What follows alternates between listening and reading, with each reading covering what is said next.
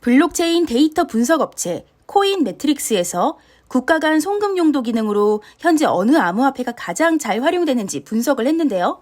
분석에 따르면 올해 온체인 데이터상 송금 용도로 사용된 트랜잭션은 테더, USDT가 가장 많았고 그 다음이 USDC, 비트코인, 이더리움, 리플 XRP 순으로 나오면서 리플 XRP가 송금 기능 활용에 생각보다 제한적이라는 기사도 있었어요.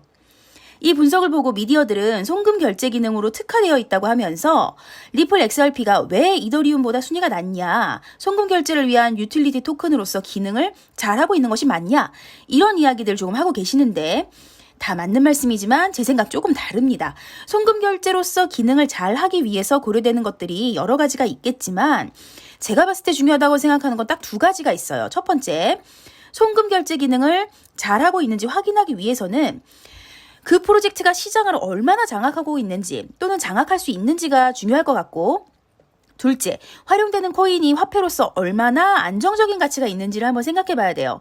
왜냐하면 송금 결제 기능을 한다는 건 결국에는 통화, 이 화폐로서의 기능을 해야 되는 건데, 통화 화폐로서 기능을 잘 하려면 바로 그 가치가 안정적으로 유지돼야 하는 것이 너무 중요할 것 같아요. 가격이 이게 너무 지나치게 들쭉날쭉하거나 또는 그 화폐 자체가 어떤 큰 리스크를 가지고 있다면 사실상 활용성이 떨어질 수밖에 없다고 생각이 돼요. 따라서 테더나 그리고 USDC, 이 스테이블 코인이 송금 결제 용도로 압도적으로 많은 비율을 차지하고 있는 거 사실은 당연한 결과라고 생각이 됩니다.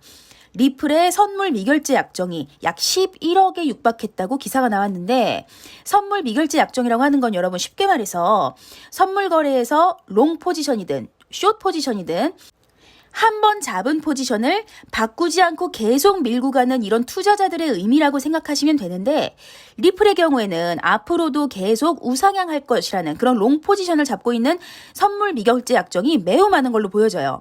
자, 이건 보통 앞으로도 가격이 대상승할 거란 반증이기도 하지만 롱 포지션에 뒤늦게 뛰어든 그런 투자자들은 세력들의 기습 급락, 이 장난에 쉽게 노출될 수 있다는 단점도 있기 때문에 선물 거래하시는 분들 혹시 모를 일시하락에 주의하면서 투자하시면 좋을 것 같아요. 지난달 미국 상원 세출위원회 청문회가 있었는데 이때 SEC 게리 겐슬러도 참석을 했습니다. 여기서 게리 겐슬러의 발언이 화제가 되고 있어요. 우선 세출위원회 청문회인 만큼 예산 증액에 대한 요청이 있었고, 암호화폐 관련 예산 증액을 SEC 게리 겐슬러가 요청한 겁니다. 게리 겐슬러의 설명은 예산을 늘려준다면 그 늘어난 예산으로 인력을 늘리고 또 그 늘어난 인력을 통해서 암호화폐 관련해서 사안이 중요한 문제를 찾아내고 조사해서 해결할 것이라는 겁니다. 리플 같은 케이스를 계속해서 만들어내거나 혹은 코인베이스, 바이낸스 등과 같은 이런 진행 중인 소송에 자원을 더 투입한다거나 혹은 불법적인 암호화폐 거래를 잡아내는 이런 업무를 위해서요, 인력을 추가적인 투입이 필요하고 그래서 예산 증액이 필요하다, 이런 말인데요. SEC가 이미 사회적으로 신뢰가 많이 떨어진 상태에서 예산 증액을 하는 이유가 결국에 그들이 원하는 집행 조치를 위한 것이라고 하니까, 이 가만 보면 게리 겐슬러, 의회의 경고나 법의 판결이 이게 도통 중요하지가 않은 이 외골수라는 표현이 좀 적합하지 않나 하는 생각이 듭니다. 제 생각에는 규제의 명확화를 위해서, 그리고 의회와 암호화폐 업계 등의 협력, 이런 걸 위해서 전문가들을 투입하기 위해서 이 정부의 예산이 필요하고 그리고 그 이후 집행조치 증가가 예상되기 때문에 이 정부 예산이 필요하다, 이렇게 접근을 하면 조금 더 합리적이지 않을까 합니다. 리플과 SEC의 소송에 약식 판결을 한 이 토레스 판사도 법원을 무시하는 듯한 이 SEC 게리 겐슬러의 횡보에 대해서 좀 실망하고 있지 않을까 싶네요.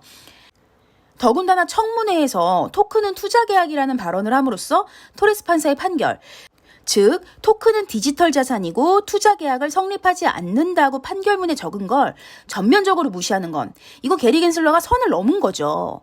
이에 대해서 리플의 최고 기술 책임자도 트위터를 통해서 이거 어처구니 없는 주장이다, SEC가 이 같은 허위사실 계속 유포하도록 놔둬야 하는지 의문이라면서 강한 비판을 제기하고 있습니다. 나스닥이 사업 환경과 규제 환경 변화로 인해서 미국에서 암호화폐 커스터디 사업 개시를 중단한다고 발표를 했습니다. 원래 6월 정도부터 암호화폐 커스터디 서비스를 시작하겠다고 공공연하게 발표한 이후에 이 얼마 지나지 않아서 포기하겠다는 그런 뉴스라서 많이 당황스러운데요. 중단에 대한 이유에 대해서는 일단은 변화하는 비즈니스랑 규제 환경이라고 말을 했습니다. 그래서 복잡한 환경을 헤쳐나갈 수 있는 그런 입지를 확보하기 위해서 이같이 결정했다고 설명을 했어요. 결국에는 변화하는 비즈니스 환경에서 나스닥이 커스터디 업무를 진행할 준비가 안 되어 있다는 것이고, 이 어느 정도 규제가 확립이 되고 정리가 되면 다시 돌아오겠다는 걸로 해석이 됩니다. 나스닥 입장에서는 지금 들어오는 것이 좀 득보다 실이 많다고 생각하는 것 같아요. 자, 여러분 더 궁금하신 사항이 있으신 분들은요, 상단에 보이는 번호로 연락주세요. 오늘도 시청해주신 여러분 정말 감사드립니다. 구독, 좋아요, 알림 설정 한 번씩 꼭 해주시면 더 감사드리겠습니다, 여러분.